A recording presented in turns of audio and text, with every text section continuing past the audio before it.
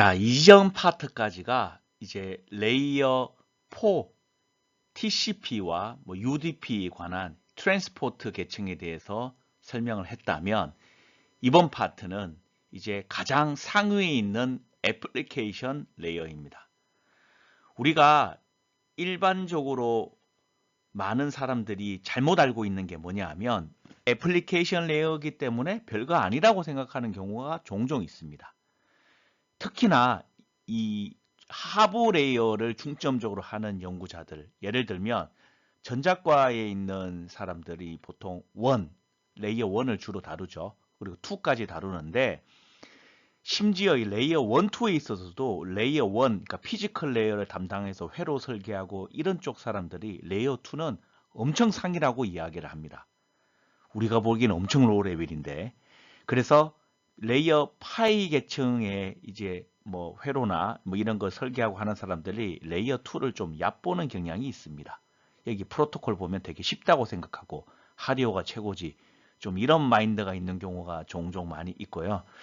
제가 이 포닥 시절에 박사학위를 끝나고 나서 이제 카이스트 전자과에 포닥으로 1년간 있었는데 거기서 이제 삼성하고 하는 프로젝트를 좀 하면서 전자과에 있는 다른 교수님이 있는 연구실 뭐 이런 데랑 조인트를 해서 하는데 보니까 그런 경향이 많아요. 그쪽 실험실뿐만 아니라 다른 쪽도 좀 그렇습니다. 근데 웃긴 거는 뭐냐면 레이어 2 하는 사람들은 또 어떻게 생각하냐 하면 위쪽 IP나 응용 계층은 그냥 아무것도 아니라고 생각을 해요. 그런데 사실은 이 상위 레이어에 있는 애플리케이션 레이어가 앞으로 서비스 관점에서 보면 더 중요합니다. 예를 들면 요즘에 유튜브나 이런 걸 통해서 이제 동영상 서비스를 많이 하잖아요. 이렇게 새로운 서비스를 하고 새로운 걸 하는 거는 다 이쪽에서 있지 하부 레이어는 할 게 별로 없습니다.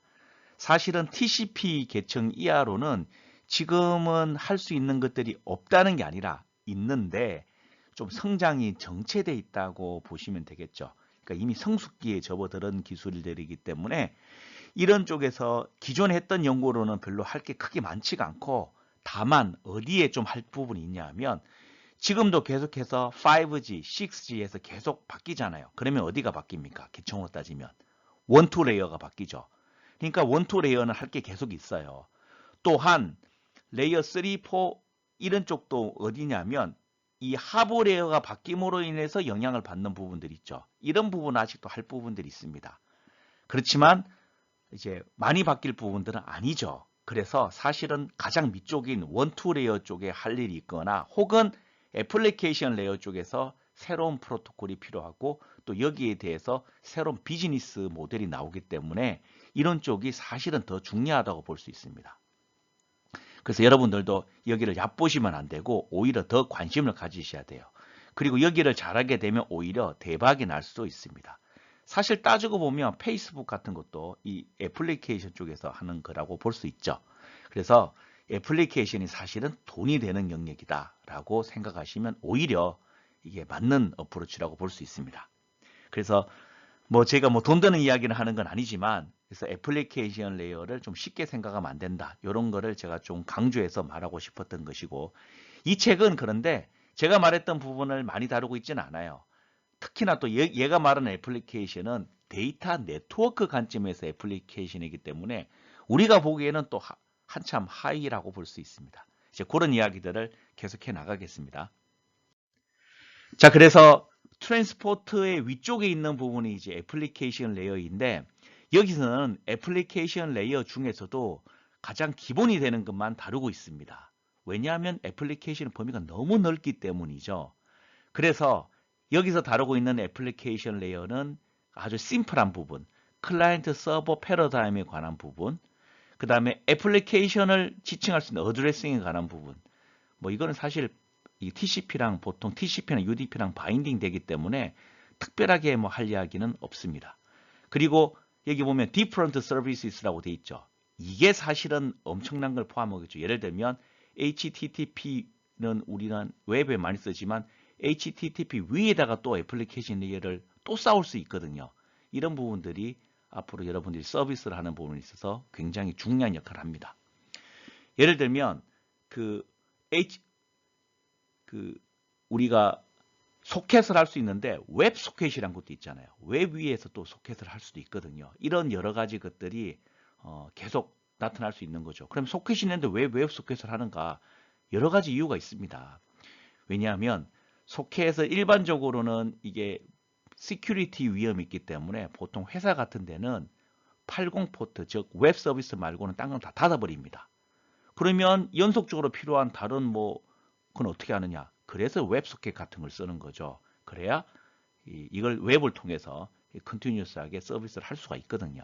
그래서 성능적으로 보면 약간 손해 볼 수도 있지만 호환적인 측면이나 보안적인 측면 때문에 이런 시도를 많이 하고 있고 많이 보급이 되고 있죠. 그래서 앞으로도 여러분들은 좀 주안점을 둬야 되는 게 뭐냐면 HTTP 프로토콜이 웹을 기반으로 한 거죠. 그래서 이 웹 위에서 돌아가는 서비스를 항상 고려를 해야 됩니다. 어쨌든 여기서는 가장 기본적인 것만 하니까 일단 여기에 대해서 이야기를 계속 해 나가도록 하겠습니다. 그래서 응용 계층의 의무는 알다시피 이 TCP나 UDP 위에서 메일을 보낸다든지 FTP 서비스를 한다든지 HTTP를 한다든지 등등등이 이제 필요하게 되는 것이죠. 그리고 심지어 HTTP 위에 또 프로토콜을 쌓을 수도 있습니다. 이런 여러 가지 애플리케이션에 관한 일들이 있다라고 제가 이야기를 드렸고요. 그러면 실제로 여기서 여러분들이 그러면 코딩을 해서 데이터를 만들면 여러분들이 원하는 프로토콜에 만약에 HTTP를 쓴다면 HTTP에서 우리가 HTTP 헤더가 들어가고 그러면 데이터는 이제 여러분들이 생성하는 그러한 데이터들이 되는 것이죠. 이 부분은 좀 제너럴한 이야기니까 특별하게 더 할 이야기는 없고요. 그래서 사실은 할 얘기가 굉장히 많지만 지금 24장에서는 클라이언트 서버 모델에 대해서 이야기를 하고 25장은 DNS라고 불리는 도메인 네임 시스템, 이게 도메인 네임을 주면 IP 주소로 바꾸는 것에 관한 이야기죠. 이런 이야기, 그 다음에 메일과 FTP, 그리고 HTTP 프로토콜과 웹, 그 다음에 멀티미디어, 이런 거를 살펴보도록 하겠습니다.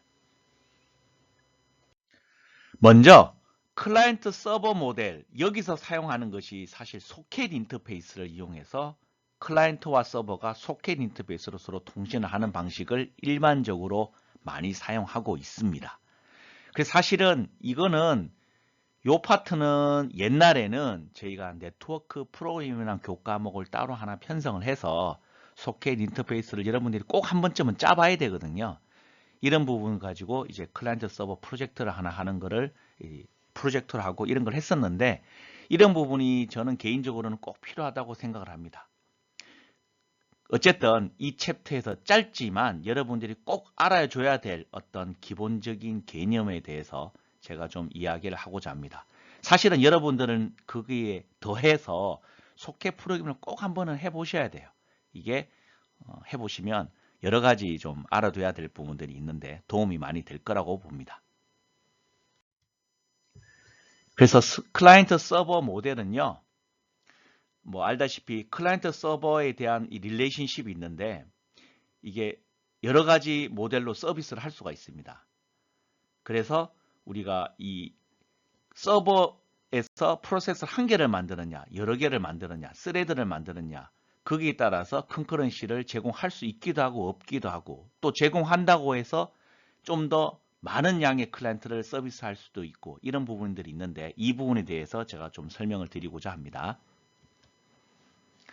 그리고 프로세스 같은 이야기들인데요. 하여튼 여기에 대해서 제가 또 추가적으로 슬라이드 하나 추가해서 좀 여러분들이 운영체제를 배웠으면 꼭 알아야 되는 프로세스 관점에서 그럼 서버를 만들 때 어떻게 해야 되는지 이런 부분들을 제가 좀 이 책의 내용을 벗어날 것이 않는 한도와 여러분들이 운영체제를 배운 관점에서 조금 더 추가적으로 보조 설명을 좀 추가를 해 놓았습니다.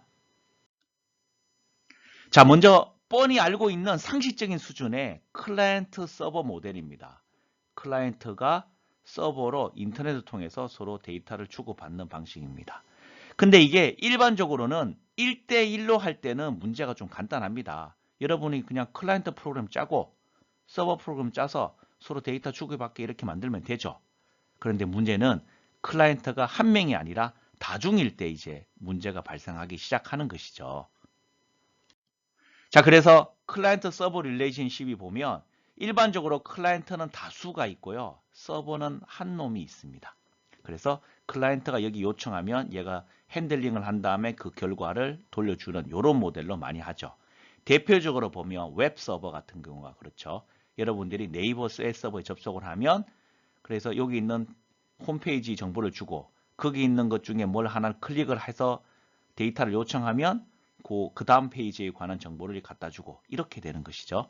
또 사용자 B가 또 마찬가지로 이렇게 요청을 하는 이런 구조로 돼 있죠. 뭐 여기까지는 여러분들이 상식선이라 이미 다 알고 있는 내용들이라고 볼 수 있습니다. 자, 그런데 문제는 그러면 이 서버를 어떻게 구현하느냐에 관한 이야기입니다. 이거를 지금 커넥션 리스라고 했지만 커넥션 오리엔티드 즉 UDP나 커넥션 오리엔티드나 인 TCP로 할 때도 마찬가지입니다.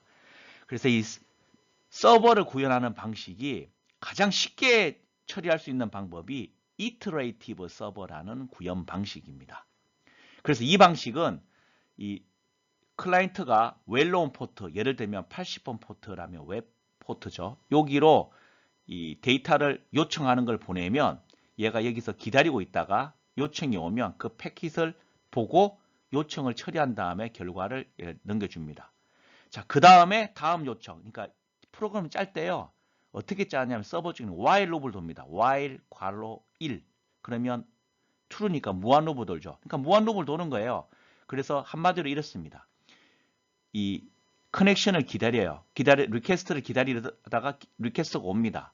그러면 데이터를 받은 다음에 이 데이터 내용을 이제 파싱을 해야 되겠죠. 결국은 패킷 안에 어떤 정보가 들어있을 거잖아요. 그러면 그 정보를 보고 파싱을 해서 원하는 결과를 이제 프로세싱을 합니다. 그런 다음에 결과물이 나오죠. 그걸 얘한테 던져주면 끝납니다.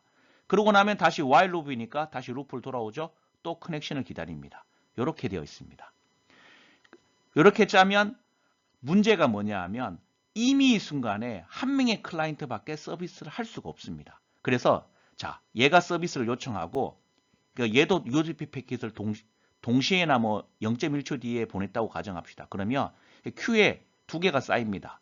그러면 얘는 한 개를 가져가서 서비스를 한 다음에 그 다음에 요 한 개를 또 가져가고 그러니까 한 개씩 UDP 패킷을 처리하게 된다는 겁니다. TCP 요청도 마찬가지입니다. 이거를 TCP라고 해도 TCP 커넥션 요청이 와서 이 어떤 연결을 하고 서비스를 프로세싱하고 나면 이걸 다 핸들링하고 나서 다음 TCP 커넥션을 받아들이는 이런 구조로 우리가 코딩을 하게 됩니다. 그러니까 이미 이 순간에는 한 명의 클라이언트밖에 서비스를 할 수가 없습니다. 이렇게 이터레이티브 서버 방식으로 코딩을 하게 되면 장점은 뭘까요? 서버 짝이 1도 없습니다. 이거 아마 여러분들이 소켓 프로그래밍 공부한 다음에 30분이면 짭니다. 금방 짤 수 있어요. 그래서 코딩이 굉장히 간단한데 그래서 인터넷 찾아보면 소스 코드 같은 거 이제 돌아가는 코드 있거든요. 거기다가 이 프로세싱 하는 부분만 드러내고 바꾸면 되죠. 그대로 해도 돌아갑니다. 그래서 코딩이 굉장히 쉬운데 문제는 서버 성능이죠. 동시에 사용자가 여러 명이 접속해 오면 이 서버가 큐에 한계가 있죠. 넘치면 리퀘스트가 벌어집니다. 그래서 굉장히 비효율적이죠. 그래서 UDP인 경우에 그리고 또 얘가 요청하는 게 굉장히 간단한 서비스. 예를 들면 에코 서비스라든지 온 데이터를 그대로 보낸다든지 시간을 물어보면 시간을 보내준다든지 이런 건 너무 짧잖아요. 이런 경우에는 이렇게 이터레이티브 서버로 구현해도 뭐 큰 문제가 없습니다만 만약에 이거를 프로세싱 하는 내용이 굉장히 많다. 예를 들어서 0.1초 걸린다. 엄청나게 긴 시간이죠. 컴퓨터 입장에서는. 그런 식으로 되게 되면 0.1초면 1초에 10개밖에 커넥션을 서비스할 수가 없어요. 그런데 동시에 1초에 한 100개가 왔다. 이 서버 폭발합니다. 아니, 뻗어버린다는 얘기죠. 큐가 넘치고 난리가 납니다. 그래서 이런 서버는 일반적으로 뭐 소규모로 서비스하는 거 정도, 가끔 오는 서비스 정도는 핸들링할 수 있지만 한마디로 이용해서 커머셜 처리하는 데는 상용 서비스에는 부적합합니다. 사용해가지고 제대로 돌아갈 수가 없는 방식이에요. 아셨죠? 두 번째 방식이 컨커런트 서버, 즉 서버에 여러 개의 프로세스가 돌아가도록 하는 방식입니다.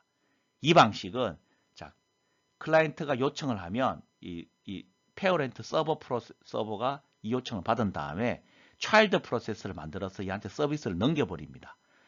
자, 그리고 아직 그러면 이 차일드 서버가 프로세싱을 합니다. 근데 이 프로세싱이 만약 1초가 걸린다고 봅시다. 그럼 1초가 얘는 하고 있고 얘는 넘기자마자 바로 다음을 기다립니다.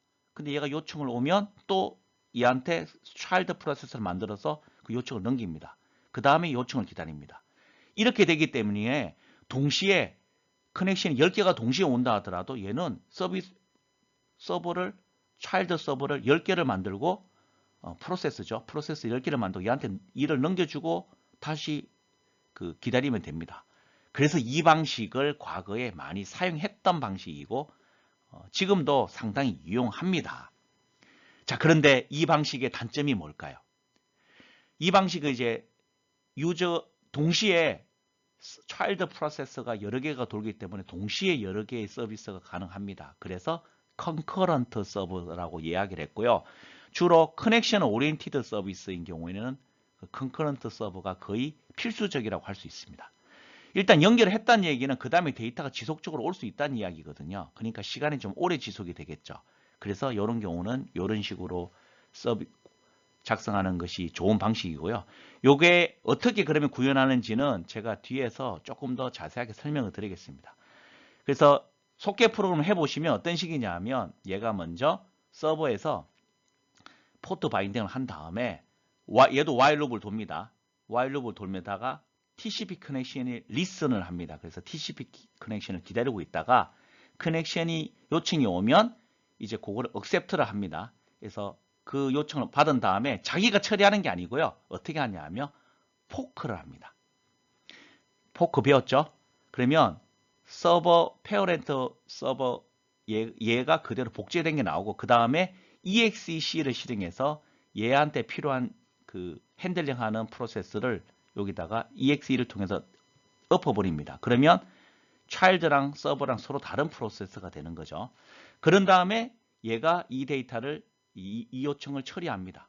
그리고 서버는 동시에 어떻게 하냐면 다시 그 루프를 돌아갑니다. 그래서 다음 커넥션을 또 처리를 합니다. 이렇게 얘는 기다렸다. 커넥션이 오면 accept를 한 다음에 프로세서를 하나 포크하고 EXEL에서 얘한테 넘겨주고 다음 또 루프를 돌아서 또 listen하고 accept하고 요거를 계속 반복합니다. 그러면 동시에 커넥션이 많이 오면 얘는 계속 포크 이렇게 해서 프로세스를 동시에 멀티플로 서비스할 수 있게 됩니다. 꽤 잘 돌아갑니다. 그래서 옛날에 유닉스 머신들은 다 이렇게 서버를 구현했었어요. 그런데 문제가 뭘까요? 문제는 운영체제를 배웠으면 알겠지만 프로세스를 하나의 서버에서 프로세스 개수가 한계가 있습니다. 보통 한 500개 정도나 서버면 한 1000개 정도가 맥시멈입니다. 그 이상 하게 되면 CPU 스케줄링 할 때 데이터가 너무 많아서 오버헤드가 너무 많고요. 그 다음에 알다시피 프로세서가 CPU가 한 개일 때는 컨텍스트 스위칭을 계속 해내야 되잖아요. 여러 개일 때도 계속 컨텍스트 스위칭이 일어납니다. 그러다 보면 이 오버헤드가 발생하기 때문에 계속해서 늘어지게 됩니다. 알다시피 프로세스마다 프로세스 컨트롤 블록도 유지해줘야 되고 여러 가지를 해줘야 되기 때문에 보통 프로세스 개수가 500개가 한계입니다. 그 얘기는 뭐냐 하면 만약에 커넥션이 동시에 1000개 오면 어떡하죠? 서버 뻗어버립니다. 이런 문제들 때문에 처음에는 이게 인터넷이 활성화되지 않았기 때문에 이게 문제가 없었어요. 그런데 90년대 중반 들어서 알다시피 인터넷이 폭발적인 성장을 이루게 되죠. 그러면서 상용 서비스로 이제 이커머스가 나오게 되니까 동시에 여러분들 홈페이지 수천 명이 뭡니까? 수만 명이 동시에 접속하죠? 그럼 이게 서버가 어떻게 감당해요? 감당이 불가능하죠. 그래서 스케일러빌리티 이슈가 등장합니다. 즉 동시에 수많은 사용자를 서비스 해주는 것을 스케일러빌리티라고 그러는데 이게 사용자가 늘어남에 따라서 서버가 거기에 맞게 서비스 해줄 수 있어야 스케일러블하다고 이야기합니다. 그러니까 스케일이 늘어나는 거죠. 스케일러블 하게 만들어야 되는데 프로세스 포크하는 방식은 별로 스케일러블하지 않습니다. 한 100명 정도까지는 몰라도 수백 명부터 얘는 성능이 너무 나빠진다고 보시면 됩니다. 그래서 나온 방식이 이 방식입니다. 컨커런트를 하되 운영체제 시간에 배웠죠. 프로세스보다 오버헤드가 작은 거 뭐가 있었죠? 스레드, 프로세스 말고 스레드를 배웠죠. 그래서 멀티 스레디드 서버가 나오게 됩니다. 즉, 이 웹 서버가 요청이 오면 프로세스를 포크하는 게 아니라 스레드를 하나씩 만드는 거죠. 이런 방식으로 하게 되면 이 각 스레드가 클라이언트 요청이 오면 스레드를 하나 만든 다음에 이 스레드가 이거를 핸들링 하는 거고 또 다른 클라이언트가 요청이 오면 또 다른 스레드를 만들어서 이 스레드가 핸들링 하는 거죠. 이런 방식으로 제가 색깔별로 그래서 요거는 얘가 요 색깔로 된 거는 얘가 이렇게 표현한 겁니다. 그래서 이렇게 멀티 스레디드로 서버를 만드는 것이 일반화되었죠. 이래야 잘 서비스를 할 수가 있습니다. 그런데 요즘에는 이거 약간 요거랑 요거를 복합적으로 사용합니다. 그 이유가 자, 만약에 이렇게 짰는데 이 중에 한 스레드라도 버그가 있어서 고장이 나면 어떻게 될까요? 전체가 영향을 받게 됩니다. 이런 문제가 있어서 어떤 식으로 썼냐 하면 뭐 가끔 포크도 하고 포크된 놈만 해서 멀티 스레디드로 또 핸들링하고 뭐 이런 좀 약간 이거보다 또 하이브리드로 복합된 형태를 쓰고 있는데 어찌되었던 지금은 기본적으로 멀티 스레디드 서버가 가장 어드밴스드 방식이라고 생각하시면 되겠습니다. 요거는 이제 여러분들이 상식적으로 꼭 알아두셔야 되는 내용이고요. 뭐 굳이 시험에까지는 나오지 않겠지만 여러분 이 정도는 상식으로 꼭 알아두셔야 됩니다. 그리고 이 부분은 여러분들이 꼭 알아두셔야 되는 내용인데요. 이건 상식적으로도 그렇고 여러분들이 꼭 알아두셔야 되는 시험에도 나올 확률이 있는 그런 부분들입니다. 잘 이해해 두세요. 이게 운영체제에서 배울 때 여러분들이 뭐 분산 시스템, 뭐 클러스터드 시스템 이런 얘기가 1장에 나오죠. 거기 보면 클러스터 시스템이라고 할 수 있습니다. 자, 기본적으로 오늘날에 아까 제가 스케일러빌리티가 굉장히 중요하다고 이야기했죠. 자, 근데 생각을 한번 해보세요. 한 개의 서버가 10,000명을 서비스할 수 있을까요? 이거는 어떻게 해도 불가능합니다. 그렇잖아요. 혼자서 1000명을 서비스한다. 이거는 불가능하지 않나요? 그렇기 때문에 창구가 많이 있는 거죠. 그래서 대용량으로 서비스하기 위해서는 그래서 수많은 수십만 명을 서비스하기 위해서는 기본적으로 이 구조를 써야 됩니다. 그러니까 요게 한 건물 안에 하나의 뭐 몇 개의 방이 될 수 있지만 한 건물 안에 기본적으로 싹 다 들어가 있다 봅니다. 그래서 요 전체가 하나의 클러스터를 형성을 하는 거죠. 그래서 이 전체가 하나의 목표를 가지고 움직이는 이러한 시스템을 만들게 됩니다. 분산 시스템의 일종이라고도 할 수 있죠. 넓게 보면. 자, 이거를 어떤 구조냐면 그래서 이거를 네이버도 이런 구조라고 생각하시면 돼요. 구글도 이런 구조고 뭐 다른 스케일러블한 서비스는 이렇게 해야 됩니다. 다만 지금 저희 좀 문제가 되고 있는 여러 가지 LMS 시스템들도 이렇게 되고 있는지는 모르겠네요. 근데 기본적으로 이런 구조를 가져야 스케일러블합니다. 확장성을 갖기 때문에 여러분들도 앞으로 어떤 그 서버를 만들 때 이런 구조를 만약에 대용량으로 수만 명, 수십만 명을 서비스해야 된다면 이런 구조를 생각을 하셔야 됩니다. 자, 그래서 어떤 구조냐면 서버 한 대가 이게 다 서비스하는 게 아니고요. 일단 제일 앞에 뭐가 있어야 되냐면 이름이 이거는 여러 가지가 있습니다. 뭐 레이어 4 스위치라 부르는 사람도 있고 레이어 5 스위치라는 그러니까 레이어 5라고 이름 붙이는 이유는 애플리케이션 레이어에서 애플리케이션 레이어 헤더를 살펴보기 때문에 레이어 5 스위치 혹은 웹에다가 특화시켜서 썼기 때문에 웹 액셀러레이터 그러니까 웹 서비스를 가속화해 주는 역할을 한다. 이런 뜻에서 웹 액셀러레이터 이런 거는 주로 IBM 애들이 이런 용어를 많이 썼고요. 과거에. 그 다음에 학술적으로 보면 일종의 로드 밸런서예요. 로드를 얘들한테 나눠주기 때문에 로드 밸런서 등등의 이름으로 불립니다.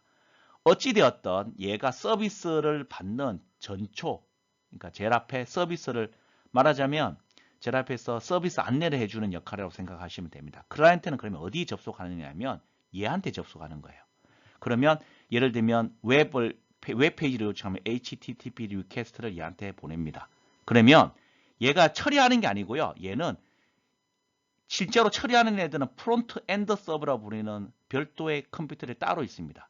얘들 사이에는 이제 고속 랜 같은 거로 연결이 되어 있는 거죠. 그러면 얘한테 이제 보냅니다. 근데 얘는 얘한테 보내고 얘한테만 계속 보내면 얘가 오버로드 되잖아요. 과부하가 걸립니다. 그러니까 가장 쉬운 방법은 얘 한 번, 얘 한 번, 얘 한 번, 얘 한 번, 얘 한 번, 얘 한 번, 얘 한 번, 얘 한 번 이런 식으로 보내면 이 로드가 분산이 되겠죠. 물론 근데 리퀘스트가 어떤 거는 처리하기 복잡하고 어떤 거는 간단할 수 있잖아요. 그러니까 한 개씩 준다고 해서 로드 밸런싱 되는 건 아니죠. 그래서 어떻게 하면 얘들의 로드를 밸런싱 할 수 있나 또 이런 거 연구도 한참 했습니다. 어찌되었던 어떤 방식으로 어떤 정책으로 하나씩 이렇게 로드 리퀘스트를 보낸다고 그럽시다. 그러면 얘가 받으면 얘가 HTTP 리퀘스트를 여기 안에 이제 웹 서버가 있는 거죠. 아파치 웹 서버 같은 게 있어서 얘가 이걸 핸들링을 합니다. 자, 그런데 문제는 이렇게 여러 개의 서버가 있게 되면 문제가 만약에 이쪽에 데이터가 연결이 돼 있다고 그러면 이쪽도 데이터 연결돼 있으면 이들 사이에 뭐가 문제가 생깁니까? 데이터 두플리케이션 문제가 발생하죠. 그래서 각각의 서로 독립된 데이터를 쓰게 되면 이 데이터 간에 컨시스턴시 유지를 해줘야 되는 문제가 발생합니다. DB 시간이나 이런 데 배웠죠. 데이터에 일관성이 있어야 하는데 만약 이쪽에 데이터를 업데이트하면 동일한 이쪽도 다 업데이트가 돼야 되거든요. 이게 어렵죠. 그래서 사실은 어떤 구조를 쓰냐면 데이터를 처리를 하기 위한 뒤에 백엔드 서버를 따로 둡니다. 얘가 이제 DB랑 연동되어 있어요. 제가 하드디스크 한 개처럼 표현했지만 실제로는 이게 굉장히 복잡한 시스템입니다. 이게 하드가 굉장히 많고요. 엄청나게 많은 하드가 있고 또 이 데이터베이스가 또 백업 서버랑 또 연계돼 가지고 이게 데이터 리던시를 갖는 굉장히 복잡한 거라고 보시면 됩니다. 어찌되었던 이렇게 논리적으로 보면 서버가 분리된 프론트엔드 서버가 있고 백엔드 서버가 있어서 얘가 리퀘스트를 받으면 자기가 어느 정도 핸들링을 하고 그 다음에 데이터를 읽거나 쓰는 부분만 얘한테 보내서 데이터를 읽어오거나 혹은 필요한 데이터를 업데이트하면 얘가 업데이트 해놓죠. 그러면 이 데이터가 한 군데에서만 기본적으로 유지가 되기 때문에 데이터 인컨시스턴시 문제가 발생하지 않죠. 그래서 이런 구조로 되어 있습니다. 자, 그러면 왜 이렇게 한 군데나 따로 해놨냐? 오늘날의 데이터를 핸들링 하는 거는요. 페이지를 그냥 보내는 웹 페이지를 읽어서 보내는 게 아닙니다. 동적으로 페이지를 제너레이션해서 보내거든요. 그 예를 들어서 유저가 누구냐에 따라서 서로 다른 홈페이지 보이는 모양이 다를 수 있습니다. 그렇기 때문에 그러면 프로세서가 돌아가면서 그런 일을 핸들링 해줘야 되거든요. 그래서 수많은 프론트엔드 서버들이 있고 리퀘스트를 받으면 얘가 데이터를 필요한 데이터를 가져온 다음에 데이터를 막 조합하고 계산하고 프로세싱해서 데이터를 만들어냅니다. 그런 다음에 그 결과를 얘한테 돌려주는 것이죠. 그래서 이 한마디로 CPU 인텐시브한 작업들은 프론트엔드 서버들한테 나눠주고 필요한 데이터를 백엔드 서버한테 요청을 해서 데이터를 읽어오거나 쓰는 이런 구조로 되어 있습니다. 그래서 기본적으로 이런 구조를 갖고 있어야 이 수많은 동시에 뭐 동접, 10,000명 이렇게 몰려와도 다 핸들링이 됩니다. 자, 이렇게 되면 만약에 이 프론트엔드를 10개를 유지하다가 사용자가 많이 몰려요. 그럼 어떻게 하면 됩니까? 프론트엔드 서버 좀 늘리면 돼요. 간단히 해결이 되죠? 이런 구조로 되어 있다고 보시면 됩니다. 이래야 스케일러블해지는 것이죠. 그래서 이 구조는 여러분들이 상식적으로나 꼭 알아두시면 두고두고 아주 뼈가 되고 살이 될 수 있는 거니까 잘 알아두시기 바랍니다.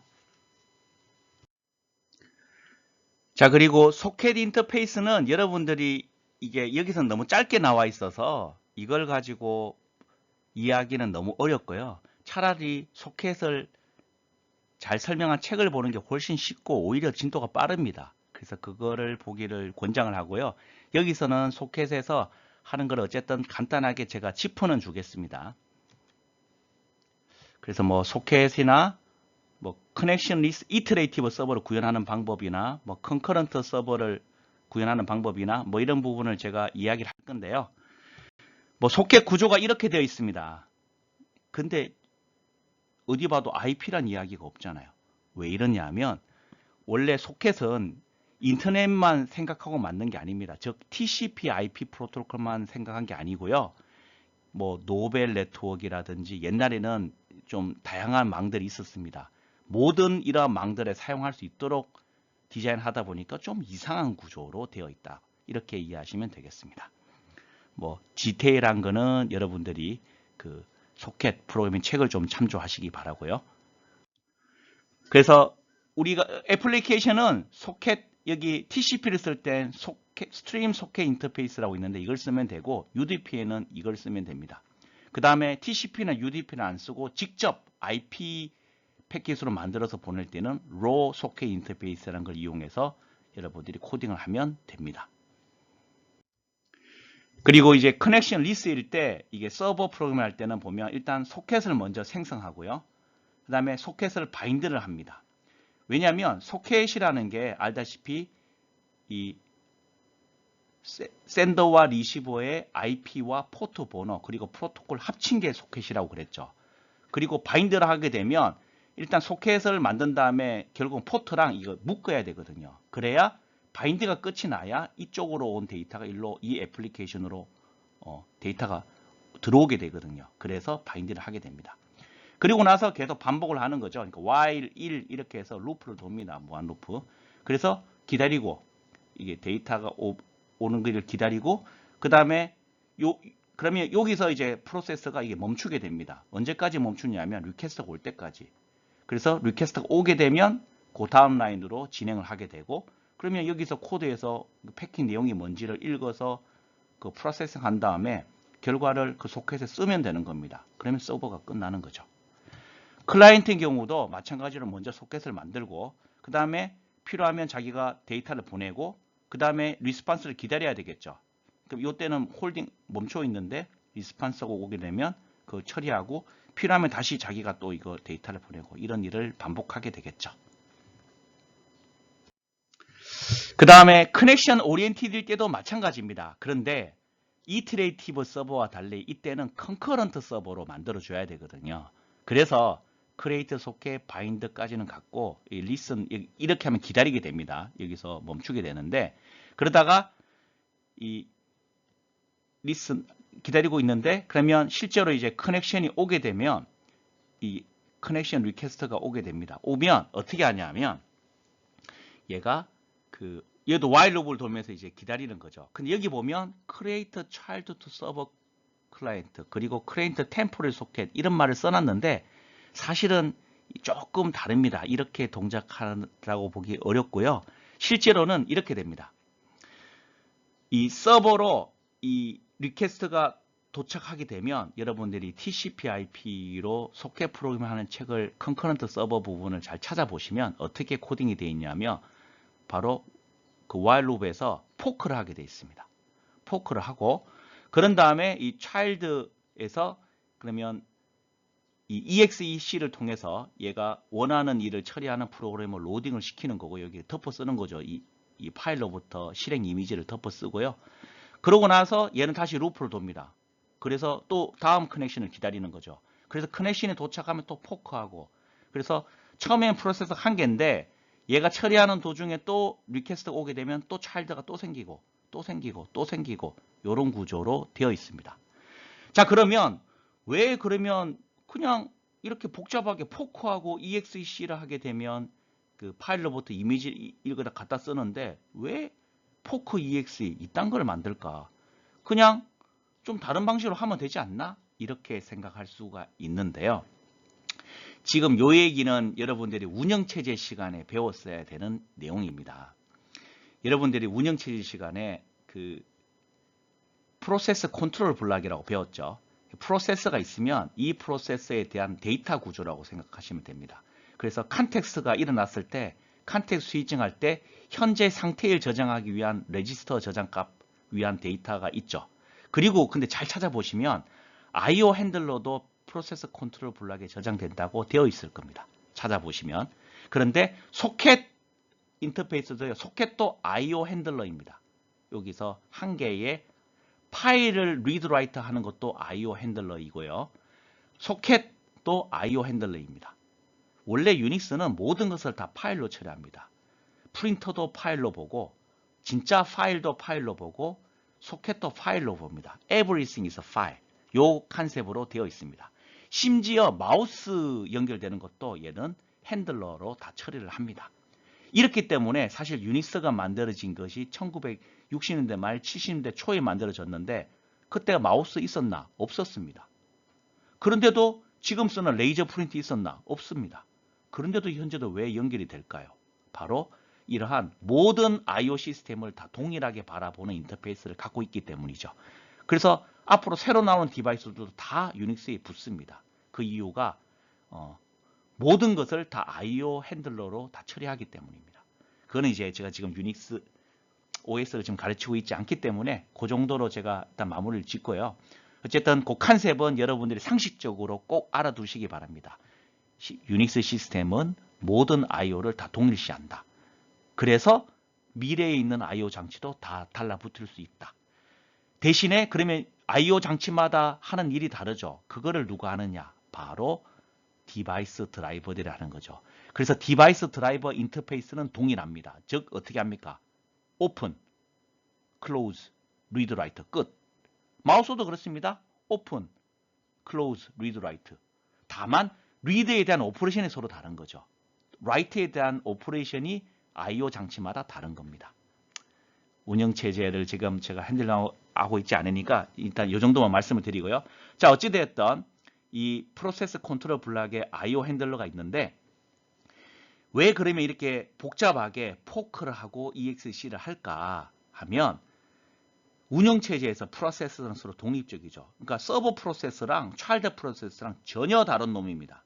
일단 포크하고 나면 서로 독립적인 개체예요. 서로의 메모리를 읽거나 쓸 수 없습니다.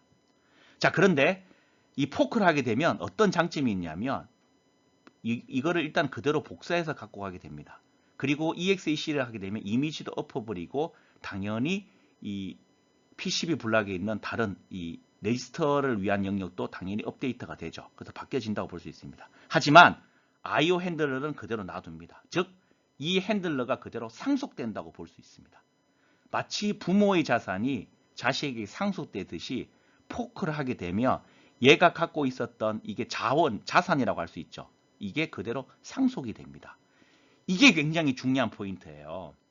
만약에 이렇게 포크를 하지 않으면 독립적인 프로세서가 서로 자료를 공유할 수 있는 방법은 운영체제 시간에 배웠듯이 쉐어드 메모리나 메시지 패싱 방법밖에 없는데 이렇게 하기에는 서로 뭐냐면 사전에 이거를 인지할 수 있도록 코딩을 해야 되는데 이게 굉장히 복잡합니다. 어떻게 데이터를 언제 어떻게 차일드도 프로세서 한 개가 아니라 또 여러 타입이 있을 수 있거든요. 그러면 코딩이 굉장히 복잡하고 난해합니다. 그런데 이렇게 이 I/O 핸들러를 차일드 프로세서에 넘겨줄 수 있게 되면 그냥 얘는 포크하고 EXE하고 난 몰라 그리고 떠넘기고 나가버리면 끝난다는 겁니다. 굉장히 코딩이 아주 해보면 너무나 간단해집니다. 그래서 시간이 지나고 보면 왜 이렇게 바보같이 했을까라고 생각했다가 여기에 대한 숨은 뜻을 알게 되면 천재인데? 이런 생각을 하게 될 겁니다. 그래서 이렇게 되면 연결된 소켓도 여기 I/O 핸들러 중에 하나거든요. 그래서 여러분들이 소켓 프로그램 잘 보시면 서버는 포크하고 EXE 한 다음에 이 소켓을 닫아버립니다. 왜냐하면 차일드한테 넘겨줬으니까. 그런 구조로 되어 있고요. 차일드는 상속받아서 넘겨받은 이 I/O 핸들을 이용해서 데이터를 쓰게 되면 바로 이 클라이언트한테 데이터를 줄 수 있게 되는 것이죠. 이런 구조로 되어 있습니다. 그래서 뭐 이게 좀 복잡하게 되어 있는데요. 제가 말씀드리고 싶은 거는 요거를 좀 말씀드리고 싶었던 거예요. 여러분들이 운영체제 시간에 배웠던 포크하고 EXE 하는 거 있죠. 그런 부분에 있어서 이 소켓도 여기에 해당이 되고 이런 방식을 통해서 굉장히 잘 워킹한다. 이런 부분들이 좀 책에는 잘 설명이 안 되어 있기 때문에 제가 요 시간을 들어서 여러분들의 좀 상식 수준과 전공에 대한 이해도를 업그레이드 시켜주려는 목적으로 이 부분을 넣었습니다. 뭐 굳이 이 부분은 뭐 제가 상식 수준이나 여러분들이 전공을 위해서 넣었지만 시험 문제는 안 나오니까 잘 이해 안 됐다고 해도 뭐 그렇게 안 해도 되지만 제 개인적으로는 꼭 잘 이해했으면 하는 마음을 가지고 있습니다.